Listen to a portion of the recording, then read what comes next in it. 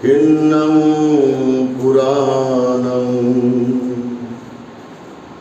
नवनत्तिसंभवं विरक्तचित्ता तमना भवन्तु अथोऽपि सकच्च शृण्वन्तु भाषितं खिन्नं पुराणं नवनत्तिसंभवं विरक्तचित्तायतिके भवस्मिन् ते खीनबीजा आयुर्हि चन्दा निबन्ति धीरा यथायं प्रदीपो इदं विसङ्गे रत्नं पणितं एतेन सच्चेन सुवर्धिवन्तु।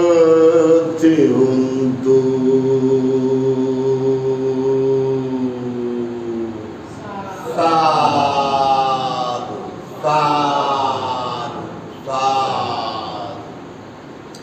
सर्वांनी सावध बसावं, सरळ मान करून डोळे बंद करू नये। त्या भगवान अरहंत सम्यक संबुद्धांना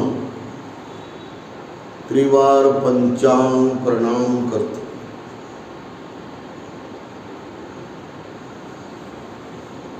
जिथे बुद्ध आहे तिथे बोधी प्राप्त होते, जिथे बुद्ध नाही तिथे बोधी प्राप्त होत नाही,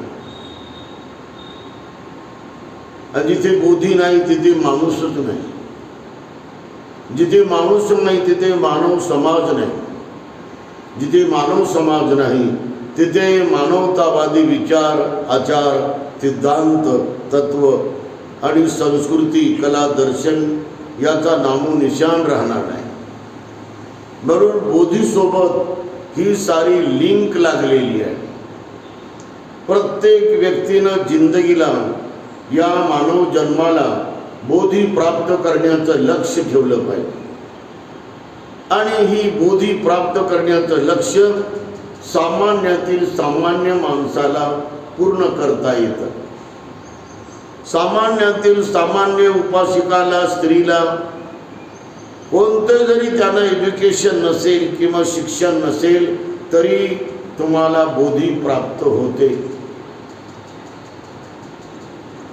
म्हणून समजून घेतलं पाहिजे की बोधी काय आहे। हा बोधी मार्ग जीवनाचा मार्ग आहे, तो जीवन मार्ग आहे। ते पशुला, जनावराला, पक्ष्याला, चिमण्याला, कावळ्याला किंवा गिधाडाला किंवा बगड्याला ते प्राप्त होणार नाही, कोणत्याही प्राण्याला ते प्राप्त होणार नाही, कारण त्यांच्या बुद्धीचा आणि त्यांच्या मनाचा विकास ते करू शकत नाही। जनावर आपल्या मनाचा विकास मर्यादित करतो, कोणताही प्राणी हा आपल्या आपल्या बुद्धिमत्तेचा विकास हे मर्यादितच करतो। परंतु मानव समाजात जो जन्माला येतो आणि मानव म्हणून तो वाढत वाढत जातो, त्याला आपल्या बोधीचा विकास करायला अनुकूल वातावरण आपण निर्माण केलं पाहिजे। आपल्याला दुसरं कोणी वातावरण निर्माण करून देऊ शकत नाही, स्वतःलाच ते निर्माण करावं लागतं। स्वतःलाच वारंवार वारंवार ठरवावं लागतं की आता बोधी प्राप्त करण्यासाठी डोळे बंद करून, पाठीचा कणा एकदम सरळ करून, मान सरळ करून आपण 15 मिनिट, 20 मिनिट, अर्धा घंटा, 1 घंटा, 2 घंटे, दिवसभरामध्ये किती घंटे आपण ध्यानस्थ बसलं पाहिजे, याचा मोठा लाभ चांगला होतो। बोधी प्राप्त करण्यामध्ये अडथळे 5 आहेत। समजून येऊ लागलं तुम्हाला का गुंगी येऊ लागली? रात्रीच्या जेवणामुळे जे आपल्या पोटामध्ये आपल्या वेगवेगळ्या पिशवीमध्ये जे मळ राहतो किंवा मैला राहतो त्यामुळं बसल्या बसल्या गुंगी येत असते. कारण तो त्या ठिकाणी वायू तयार होतो आणि तो वायू रात्रीच्या अन्न पाण्यात असतो तो, आणि तो वायू आपल्या मेंदूवर पूर्णपणे ताबा मिळवतो आणि मेंदू आपला गुंग होतो. गुंगी येते आपल्याला, त्यामुळं आपली मान अशी वाकत राहते. हे गुंगी येणं यालाच कंटाळा म्हणतात. हे गुंगी येणं यालाच प्रमाद म्हणतात. हे गुंगी येणं म्हणजे पूर्ण आपण सजग असलेलं आपलं मन पूर्ण आऊट झाले आहे. हे गुंगी येणं म्हणजे जागृती आपण गमावली, सजगपणा आणि सतर्कपणा आपण परिपूर्ण बाजूला केला. आणि जो सजग आहे, सतर्क आहे, जागरूक आहे, परिपूर्ण जागरूक आहे, क्षण प्रतिक्षण आपल्या इंद्रियाच्या हालचाली, आपल्या डोळ्याच्या हालचाली, आपल्या हाताच्या, पायाच्या, खाण्यापिण्याच्या सर्व इंद्रियाच्या हालचाली म्हणजे क्रिया, याबद्दल आपण सजग राहणं, जागरूक राहणं, सतर्क राहणं हे बोधीसाठी फार महत्वाचं आहे. मी बुद्धगयेला यावर्षी पोहोचलो. सकाळी मी तिथे 10 वाजता बसलो. पिंपळाच्या छायेमध्ये बोधिवृक्षाच्या परिसरामध्ये शुद्ध तरंग होते. तिथे तथागत सम्यक संबुद्ध 7 दिवस वज्रासनावर बसलेले होते.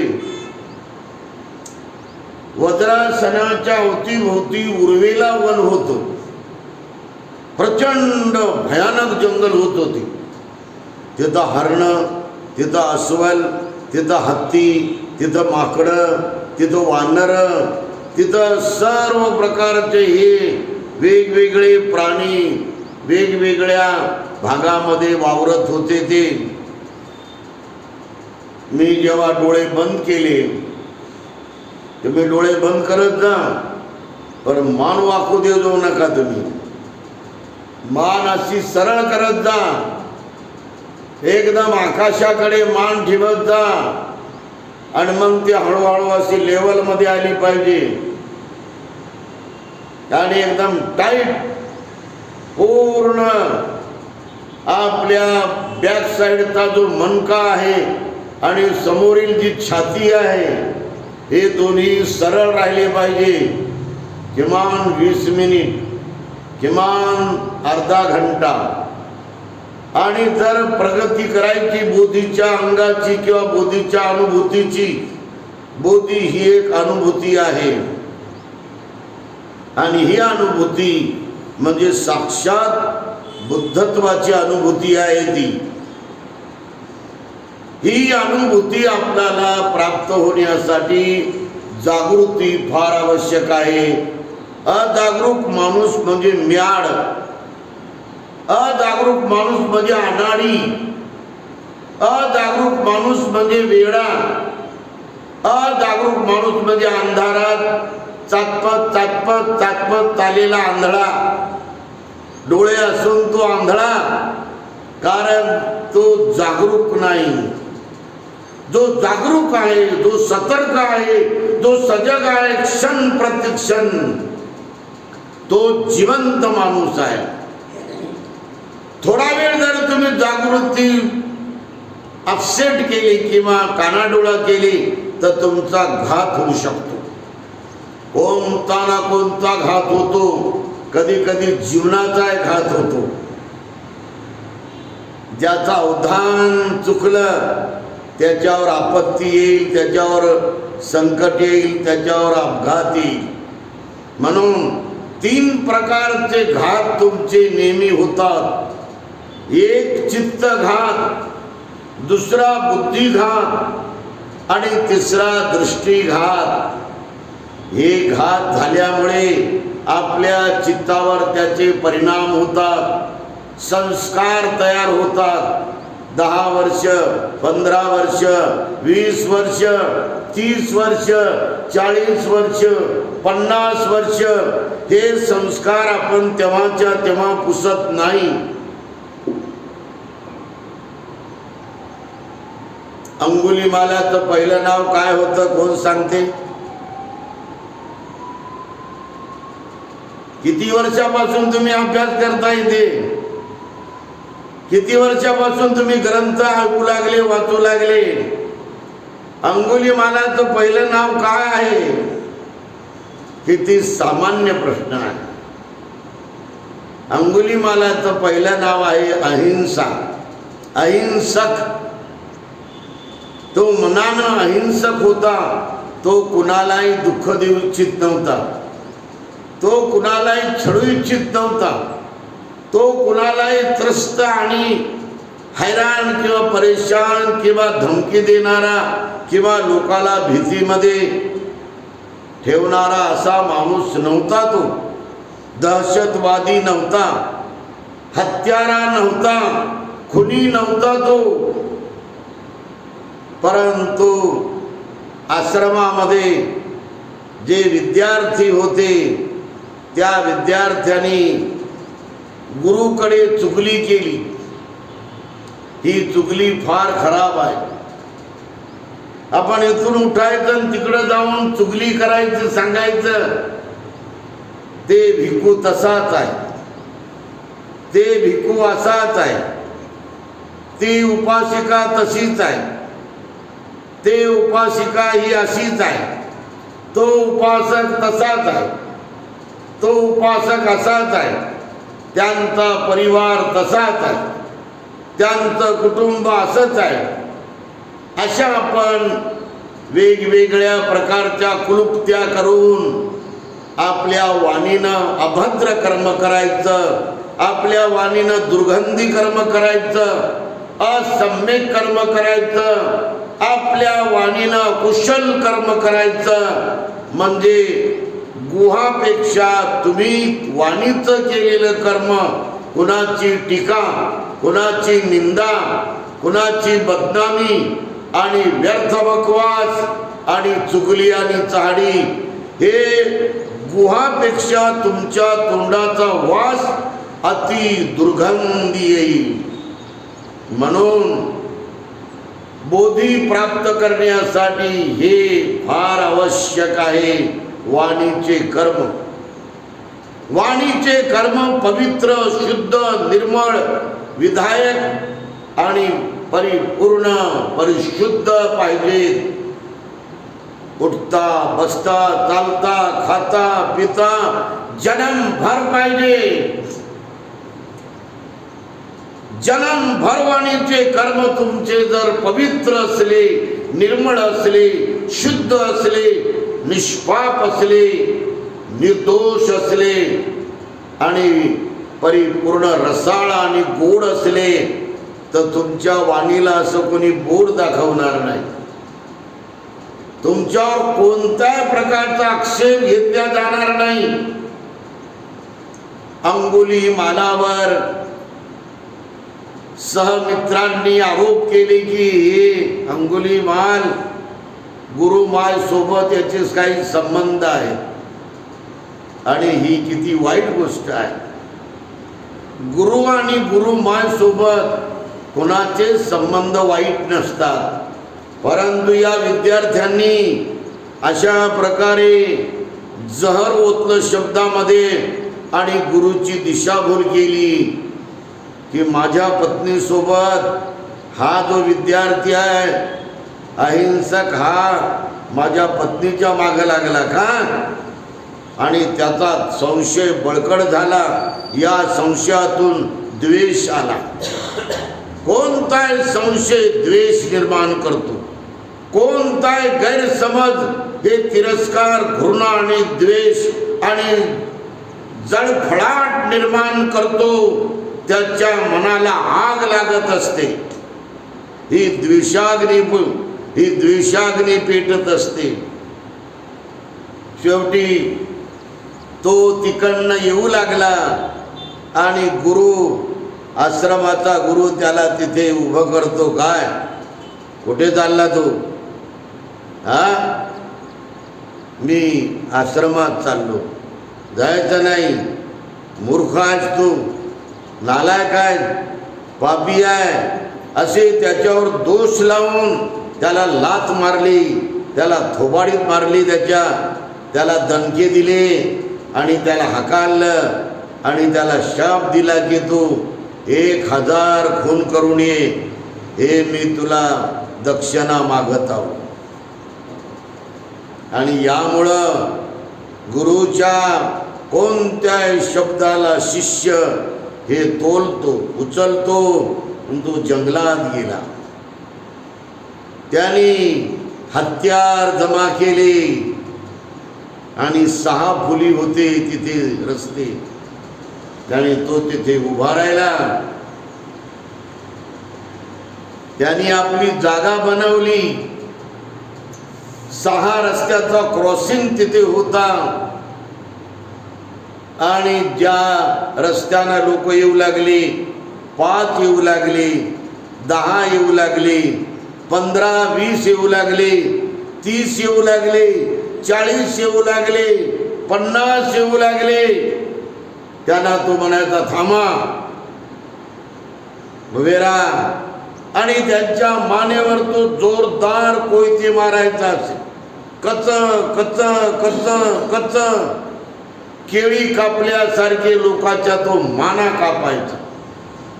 एवढा तो क्रूर, एवढा तो परिपूर्ण पापी आणि महान डाकू झाला. पाहता पाहता 100 त्याने खून केले. तर ते वाढत गेले. 200, 300, 400, 500, 600, 700, 800, 999 झाले. आता एकच कमी 1000ला. सारे गावाच्या गाव उजाड झाले, सारे तालुके उजाड झाले, सारे लोक घाबरले. दहशत पडली अंगुलीमालाची. हे जेव्हा मनुष्य कर्म करतो, हे गैरसमजुतीतून कर्म होतात. गैरसमज वाढल्यामुळे द्वेष वाढतो. द्वेषातून क्रोध शिगेला पोचतो. क्रोधाग्नी पेटते, द्वेषाग्नी पेटते आणि अशा प्रकारे दोन्ही अग्नी एक होतात आणि तिथे अहंकार, मगरुरी आणि घमेंड शिगेला पोचते आणि माणूस पापाचे घडे भरतो. 999 त्यांनी घडे भरले. लांब दूर अंतरावर सम्यक संबुद्धांनी त्याच्या मनाचा ठाव घेतला, मनाचा अभ्यास जाणला की याच्या मनात खूप बुद्धत्व आहे. बोधीचे अंग आहेत, बोधीचे बीज आहेत. अंतकरणामध्ये आतमध्ये बोधीचे बीज असतात. ते छोटे छोटे असतात, ते सुप्त असतात, अत्यंत बारीक असतात. ते ज्याप्रमाणे आपण आपल्या घरी सकाळी सकाळी मटकी आणतो, त्या मटकीला लोक 1 दिवसा 2 दिवसा अगोदर पाण्यात टाकतात आणि 1 रात्रभर पाण्यात टाकल्यानंतर ते मटकी फुलते आणि मग ते बाहेर काढून एका पांढऱ्या कपड्यामध्ये लोक एका ठिकाणी ठेवतात. पुन्हा तर त्याला कोंब येतात की नाही? कोणतंही बी तुम्ही घ्या, मूग घ्या, उडीद घ्या, चवळी घ्या, गहू घ्या, ज्वारी घ्या, कोणतंही जरी बी घेतलं तुम्ही जमिनीत टाकलं आणि जमिनीमध्ये जर तुम्ही त्याला पाणी दिलं, हे धातू, पाणी धातू, अग्नी धातू, वायू धातू आणि ही पृथ्वी धातू, हे 4 धातू पदार्थ त्याला मिळाले तर ते आतमध्ये पडलेलं बी सारे पापुदडे भेदून वर येते. आपण म्हणतो बघा 4-5 दिवसापूर्वी टाकलेले हे पूर्ण ज्वारीचे बी, हे गव्हाचे बी, हे तांदळाचे बी, साडी हे पूर्ण मुगाचे बी, हे उडदाचे बी, हे चवळीचे बी आपण बहरलेले पाहतो तर 2-2 कांडेवर येतात की नाही? 3 कांडे होतात, एक ईदभर होतात आणि अशा प्रकारे ते वाढत वाढत वाढत जातात. त्याला 4 प्रकारची शक्ती मिळते. पृथ्वी, आप, पाणी, अग्नी आणि वायू, हे 4 शक्तीमध्ये सर्व जग फुलत आहे. प्रत्येक प्राणी या 4 फॅक्टरवर 4 धातूवरती जिवंत आहे की नाही? आपल्याला निसर्ग वायू देतो, आपल्याला निसर्ग हे उष्णता देतो. समजा निसर्गाने जर ठरवलं की याला वायू द्यायचं नाही तर मानव समाज जिवंत राहील का? म्हणजे या निसर्गाचे आपल्यावर किती कोटी कोटी उपकार आहेत. वायू देतो, अग्नी देतो, पृथ्वी देतो आणि पाणी देतो. 4 धातू देणारा हा निसर्ग आपल्यावर अनुकंपा करतो आणि आपल्याला जिवंत ठेवतो. शेवटी आपण शांत चित्तानं आपलं अवलोकन करा, आपलं निरीक्षण करा, आपलं स्वतःचं परीक्षण करा की माझ्यामध्ये कोणतं बीज आहे बोधीचं. अंगुली मालाचं बीज उमलायला बुद्ध आला. सकाळी तथागतांनी भिक्षाटन केली, भोजन केलं आणि असं चिवर नेसलं आणि इकडनं त्यांनी संगाटी घेऊन भिक्षापात्र घेऊन ज्या जंगलामध्ये अंगुलीमाल होता त्या जंगलानं तथागत चालत चालत चालत निघाले. शेताच्या दोन्ही बाजूनं त्या रोडच्या लोक हात जोडून म्हणू लागले, भगवान तिकडे जाऊ नका, त्या जंगलामध्ये अंगुलीमाल थांबलेला आहे. पण भगवान बुद्धाची महाकरुणा प्रचंड होती, बुद्धाची शांती प्रचंड होती, बुद्धाची महाप्रज्ञा प्रचंड होती आणि बुद्धाची विशुद्धी व महावीर्य प्रचंड होतं. आणि बुद्धाचे 4 दिबल हे अफाट दिव्य तेजानं आणि दिव्य ज्ञानानं भरलेले होते. अंगुलीमालाच्या क्षेत्रात गेल्यानंतर अंगुलीमाल निघाला ना, कोयते घेऊन 2, त्याच्या पाठीवर ढाल आणि पळू लागला तो त्यांच्या पाठीमाग. त्याला फक्त एकच आणि आता शेवटचा हात जीव पाहिजे होता.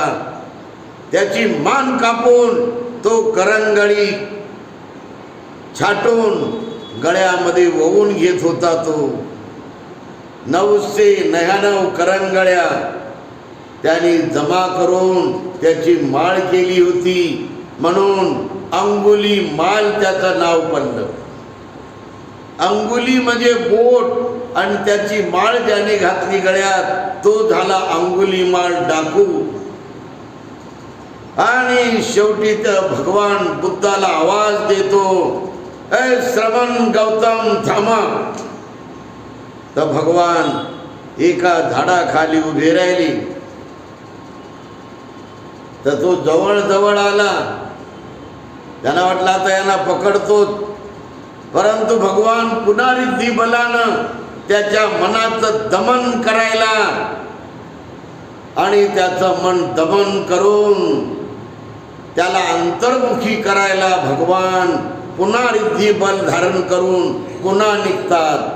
तर तो एवढा पळतो, तो एवढा धावतो, तसं सस धावू लागलं, हरण धावू लागलं. पण भगवंताला पकडू शकत नाही. भगवंत हे त्याच्या मनात जे सुप्त बोधीचे बीज आहेत ते बोधीचे बीज जागवायला हे संपूर्ण संस्कार करू लागले होते. आणि पुन्हा तो म्हणाला, थांबा श्रवण गौतम थांबा. तर भगवान पुन्हा थांबले आणि तो जवळजवळ आला. लगेच पुन्हा वृद्धी बलानं भगवान त्याचं दमन करायचं म्हणून पुन्हा निघाले वृद्धी बलानं, दिव्य तेजानं, दिव्य ज्ञानानं, आणि ते पुढे जाऊ लागले. तो पळून पळून धावून धावून शिनला, थकला, दमला. आणि मग त्याने विचार केला की हे श्रमण गौतम महान आहे. आणि शेवटी त्याने शेवटचा आवाज दिला, थांबा श्रमण. तर तथागत म्हणाले, मी तर थांबलेला था, तूच पळत आहेस. आणि हे शब्द जेव्हा त्याने ऐकले, क्या हे श्रमण म्हणतात तूच पळत आहे, मी कसा पळत आहो. या प्रश्नामध्ये तो पूर्णपणे असा संक्रमण करू लागला, असा फेऱ्या मारू लागला.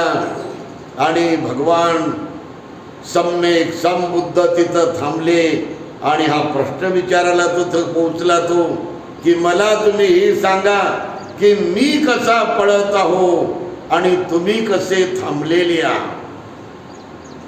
असं वर्णन अंगुलीमाल सुत्तामध्ये पालित आहे. तर तथागत म्हणाले, अंगुलीमाल तू निरपराध, निर्दोष, निर्मळ आणि परिपूर्ण पवित्र अशा लोकांचा कोयत्यानं त्यांचा घात करून त्यांना जीव मारून तू पाप कर्म करत करत करत पळू लागला. तू पापात धावू लागला. तुझं मन पाप कर्म करण्यामध्ये पळत आहे, धावत आहे. पण मी अंगुलीमाल असं बोट कुणाला लावत नाही. आणि याचा त्याच्या मनावर विलक्षण परिणाम झाला. त्यांनी 999 करंगळ्याची माळ तोडली, फेकून दिली. डोक्याचं रक्ताचं कफन होतं ते सोडून फेकलं. पाठीवरली ढाल होती ती काढून फेकून दिली. 2 हातातले 2 कोयते होते धारधार ते फेकून दिले. आणि त्या क्षणी त्याच्या संरक्षणासाठी सत्पुरुष आले आणि त्यांना काष्या वस्त्र देऊ लागले. हे निसर्गामध्ये असलेली एक वेगळी शक्ती आहे. त्याला मुस्लिम मजहबमध्ये म्हणतात फरिश्ते आते हैं. आणि याला या सत्पुरुषांनी आपल्या धम्मात त्याला सत्पुरुष किंवा देवता म्हणतात. या सर्व सत्पुरुष देवतांनी त्याला एक चिवर नेसायचं, एक चिवर असं वर घालायचं, उत्तरा संघ नेसायचं चिवर, अंतर्वासक चिवर, आणि याच्या वरून घ्यायचं संघाटी चिवर. हे त्याला दिलं. अंगुली मालाला ते नेसवण्यात आलं. अंगुलीमाल चिवर परिधान करून बुद्धाच्या पुढे गुडघ्यावर बसला आणि म्हणू लागला, भगवान मला वाचवा, भगवान भगवान भगवान वाचवा. लय महापापाचे घडे भरले मी. भगवान मला वाचवा. अति क्रोधानं, अति द्वेषानं, भगवान अति घमेंडीनं, अति अहंकारानं, अति मगरुरीनं मी पापाचे घडे भरले. भगवान मला वाचवा, भगवान. तेव्हा तथागत म्हणाले, यही भिक्खवे, ये भिक्खू. बस त्याची दीक्षा झाली. आणि मग भगवान बुद्धाच्या पाठीमागे तो त्या जंगलातून गंधकुटीमध्ये आला आणि 8x8ची वेटिंग रूम होती, प्रतीक्षा रूम. तिथे बसला थोडा वेळ. भगवान त्यांच्या कमऱ्यामध्ये गेले. शेवटचा त्यांचा कमरा होता 10x10चा आणि मधामध्ये जे 15x15चा जो काही ब्रेन वॉश आणि मनाला निर्मळ करायचं, जुने पुराणे सारे विकार काढायचे, जुने 50, 60, 70 वर्षाचे जुने जन्माचे, क्रोधाचे मुळं, द्वेषाचे मुळं, अभिमानाचे मुळं, वासनेचे मुळं, तृष्णेचे मुळं, 120 तृष्णेचे मुळं, लोभाचे मुळं, मोहाचे मुळं, प्रमादाचे मुळं, संशयाचे मुळं, दुराग्रहाचे मुळं, सारे वाईट दोषाचे मुळं बुद्धाच्या कोचिंग क्लासमध्ये त्याच्या मनातून बाहेर पडले आणि तो अरहंत झाला. एक डाकू अंगुलीमाल बुद्धानं अरहंत केला गंधकुटीमध्ये. अशी बोधी वाढत वाढत वाढत जाते. हे बोधी म्हणजे गुणवत्तेनं भरलेली शक्ती. अमर्याद त्याचा उत्साह वाढला, अमर्याद त्याचा त्याग वाढला, हे अमर्याद करुणा वाढली, हे अमर्याद उत्साह हेच बोधी आहे. अमर्याद करुणा हेच बोधी आहे. अमर्याद त्याग हेच बोधी आहे. अमर्याद सहनशीलता हीच बोधी आहे. अमर्याद क्षमाशीलता हीच बोधी आहे. अमर्याद अनुकंपा हीच बोधी आहे. अमर्याद मनाची स्थिरता आणि स्थितप्रज्ञता हीच बोधी आहे. अमर्याद दानशूरता, दुसऱ्याला देण्यासाठी, जीवदान देण्यासाठी धडपडणं, तळमळीनं पुढं जाणं हीच बोधी आहे. अमर्याद तळमळीनं लोकांसाठी झिजून झिजून आपण मरणं हीच बोधी आहे. अमर्याद शुद्ध आचरण, निर्मळाचरण वाणीचं, निर्मळाचरण कायेचं, निर्मळाचरण मनाचं, अमर्याद हीच बोधी आहे. अंगुलीमालाला मिळाली बोधी. 5 प्रकारची बोधी आहे. सामान्य बोधी, सम्यक बोधी, सत्यबोधी आणि सम्यक संबोधी. या सामान्य बोधीमध्ये अंगुलीमाल परिपक्व पकला आणि हातात भिक्षापात्र घेऊन श्रावस्ती महानगरात पोहोचला. लोकांनी असं डोळे वटारू वटारू त्याच्याकडे पाहिलं. अरे याचा अंगुलीमाल दिसू लागला, याचं नाक, याचा चेहरा, याची बॉडी. याने आपले मजूर मारले, याने माय मारली, याने भाऊ मारला, याने आमची बहीण मारली. ज्याच्या हातात जे पडलं त्याने त्याच्या डोक्यावर दगड मारले, विटा मारल्या. मार मार मारला. दगडाचा वर्षाव पडला डोक्यावर, विटांचा वर्षाव पडला भिक्षापात्रावर, चिवरावर. भिक्षापात्र तुटलं, चिवर फाटलं, डोकं रक्त भंबाळ झालं, रक्त सांडू लागलं. परंतु त्यांनी कोणावर डोळे वाचले नाही. कोणावर डोळे न वाचणं, ते सारं सहन करणं, ते सारं समजून घेणं, एवढं अमर्याद समजदार बनणं हीच बोधी आहे. अमर्याद समंजस परिपक्व बनणं हीच बोधी आहे. अमर्याद क्षमाशील बनणं, सर्वांना क्षमा करणं हीच बोधी आहे. आणि तो परत निघाला. फुटलेल्या भिक्षापात्राला बघून, हातात घेऊन, फाटलेल्या चिवराला बघून आणि फुटलेल्या डोक्याला रक्तबंबाळ झालेल्या या अवस्थेला तो परत आला. भगवंताच्या समोर उभा राहिला. भगवान, हे लोकांनी मला मारलं. भगवान, माझ्यावर दगडाचा वर्षाव केला, विटांचा वर्षाव केला. भगवान, डोकं फोडलं, भिक्षापात्र तोडलं, चिवर फाडले. भगवान, काय करू मी? काय करू भगवान? काय करू भगवान? 3 वेळ बोलला तो. भगवान सम्यक संबुद्ध म्हणाले, सहन कर, आणखी सहन कर, आणखी सहन कर.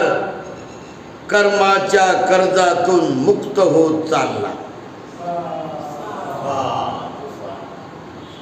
आईच्या दुधाचं कर्ज, वडिलांच्या उपकाराचं ओझ, समाजाच्या पवित्र कर्माचं ओझ आणि परिवाराचं ओझ, देशाच्या महान सुरक्षितेचं ओझ आपल्याला चुक्त करावं लागतं. सर्वांचं मंगल हो.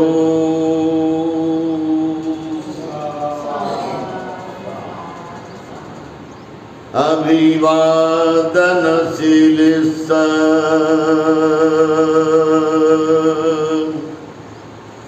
नित्यं वड्डा पचायिनो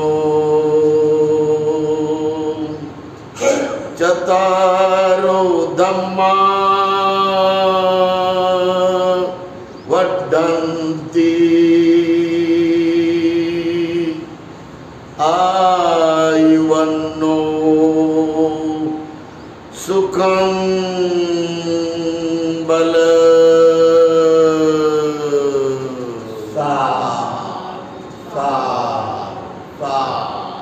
बुद्धं नमामि.